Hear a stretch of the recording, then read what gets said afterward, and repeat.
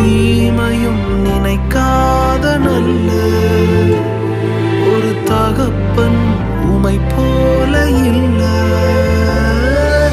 எபினேசரே, எபினேசரே, இந்நாள் வரை சுமந்தவரே.